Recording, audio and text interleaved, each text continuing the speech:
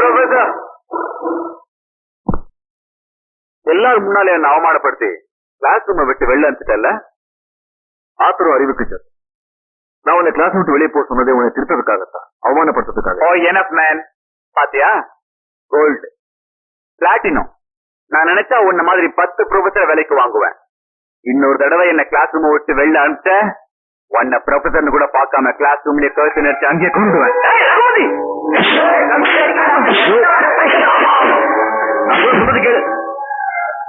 அண்ணே இந்த மாதிரி பொறுமை யாரும் இருக்க முடியாது. தாக்கடை புடுவா சிக்காம இருக்க மாட்டேன். அதுவும் நீயே பேச்சு கேட்கல மொத்தம் எப்படி கேட்பாங்க. வா அண்ணே. ப்ரொஃபசர் பாலு தம்பி நீ விடுவே வாப்பா.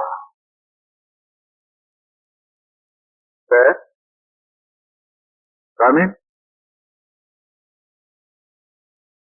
பாப்பா ரகுபதி